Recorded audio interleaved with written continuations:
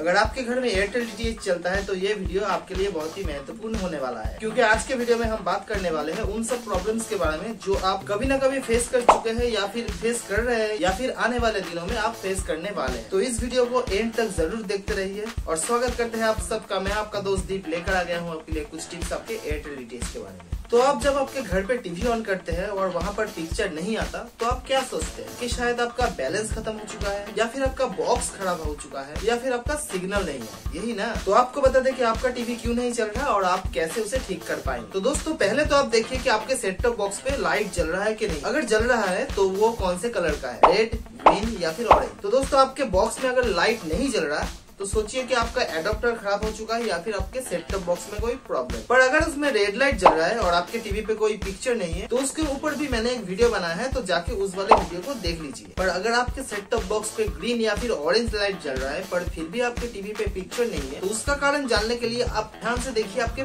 TV के ऊपर। वहाँ पर आपको कोई टीवी कोड या फिर एरर कोड दिख रहा होगा और उसके माध्यम से आप जान पाएंगे कि आपके पिक्चर क्यों नहीं है और कैसे आप उसे ठीक कर पाएंगे। अगर आपके टीवी स्क्रीन के ऊपर जो लिखा दिखाई दे रहा है वहाँ पर अगर एरर कोड 6 या फिर टीवी कोड 6 ऐसा कुछ लिखा है तो उसका मतलब है कि आपका अकाउंट बैलेंस लो है, यानी कि आपका जो मंथली रेंटल जो पैकेज चल रहा है उसको रिचार्ज करने के लिए जो बैलेंस चाहिए वो बैलेंस आपके अकाउंट में नहीं है। उसे ठीक करने के लिए आप जाइए और रिचार्ज करवाइए आपके एयरटेल डीटीएच अकाउंट। और अगर रिचार्ज करने के बाद भी एरर कोड 6 आ रहा है तो उसके लिए क्या करना है उसके ऊपर भी मैंने एक वीडियो बना रखा है, जाकर देख लीजिए या फिर आप रिफ्रेश कीजिए आपके अकाउंट। अब चलते हैं दूसरे किसी एरर कोड। अगर आपके टीवी स्क्रीन पर एरर कोड 4 लिखा दिखाई दे रहा है तो उसका कारण है कि आप जिस चैनल पर अभी है वो चैनल आपके मंथली रेंटल पैकेज में नहीं है। उसके लिए आपको वो चैनल को सब्सक्राइब करना होगा तभी आपका वो ऐड हो जाएगा। पर अगर आपके मंथली रेंटल पैकेज में वो चैनल्स है फिर भी आपको लिखा दिखाई दे रहा है कि एरर कोड 4, तो उसके लिए आपको अकाउंट को रिफ्रेश कर फिर आपका वो चैनल आ जाए। मेनली ये प्रॉब्लम आता है कि जब आप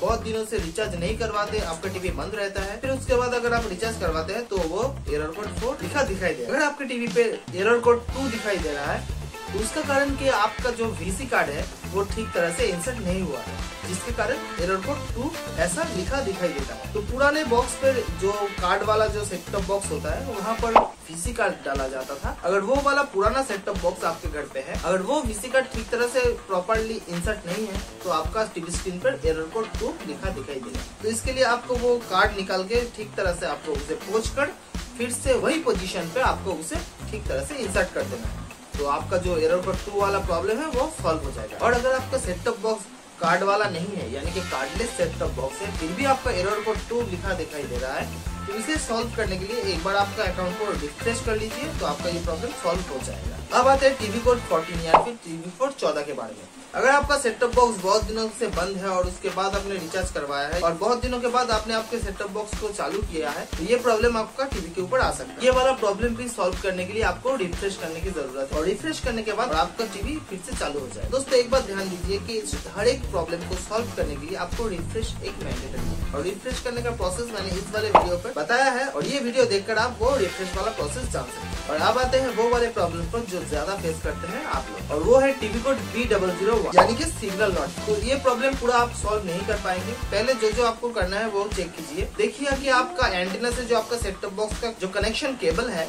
वो ठीक तरह से इंसर्ट किया गया है कि नहीं। अगर नहीं है तो आप ठीक तरह से उसे लगवाइए। फिर जाके देखिए कि आपका जो डिश एंटेना है वो जिस डायरेक्शन में है वहाँ पर कुछ आपका बाधा तो नहीं आ रहा, यानी कि वो जिस दिशा में है वहाँ से कुछ गार्ड तो नहीं हो रहा।